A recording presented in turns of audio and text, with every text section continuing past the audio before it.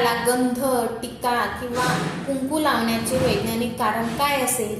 तर कपाळाला जर आपण गंध लावला तर आपल्या मस्तकातील जी क्रियाशक्ती आहे ती जागृत होते. तसेच आपल्या व्यक्तित्व विकासासाठी ज्या काही चांगल्या प्रेरणा आहेत त्या प्रसारित होत असतात. तसेच आज्ञाचक्र 2 भुवयांमध्ये असते. तेथे जर आपण गंध लावला तर स्मरणशक्ती वाढते, प्रतिभा उंचावते, तसेच आपली एकाग्रता सुद्धा वाढते. लहान मुलांना काजळाचा टिका का लावतात?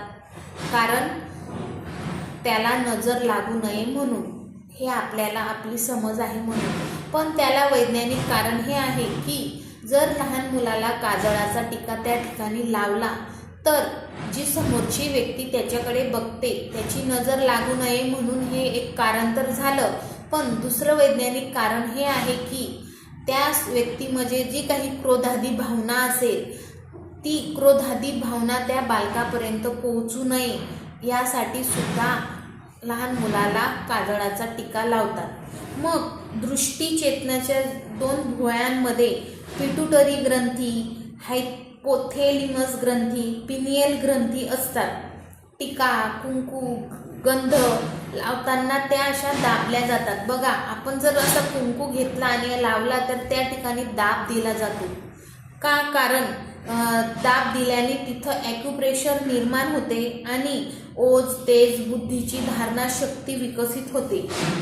मग जर बायांनी कुंकू कपाळावर लावला तर ते भूमध्यावर लावायला हवा. जे या 2 भुवया आहेत त्याच्या मध्यावर जर कुंकू लावला तर त्या ठिकाणी शरीराचा आज्ञाचक्र असल्यामुळे जे त्या ठिकाणी दाब दिला जातो आणि दाब दिल्या गेल्याने तेथील जे काही स्नायू आहेत किंवा आपल्या संपूर्ण चेहऱ्यावर जे काही स्नायू आहे जर आपण त्या एकाच ठिकाणी जर दाब दिला तर पूर्ण चेहऱ्यावरचा रक्तपुरवठा होत असतो. स्नायूंची जी काही मसाज आहे ती होत असते. बघा, एकाच ठिकाणी जर असं थोडा जरी दाब दिला गेला तर संपूर्ण चेहऱ्यावरचे जे काही स्नायू आहेत ते बळकट तर होतातच, पण जे काही तिथला रक्तपुरवठा आहे संपूर्ण चेहऱ्याला मिळणारा त्या एका ठिकाणी दाब दिल्याने तो रक्तपुरवठा मिळत असतो. आणि एक कारण हे आहे की कुंकू जर सर्व बायांनी लावले तर जी काही नकारात्मक शक्ती आहे ती प्रवेश करू शकत नाही. म्हणजे शरीरामध्ये जी नकारात्मक ऊर्जा आहे ती प्रवेश करू शकत नाही फक्त कुंकू लावल्याने.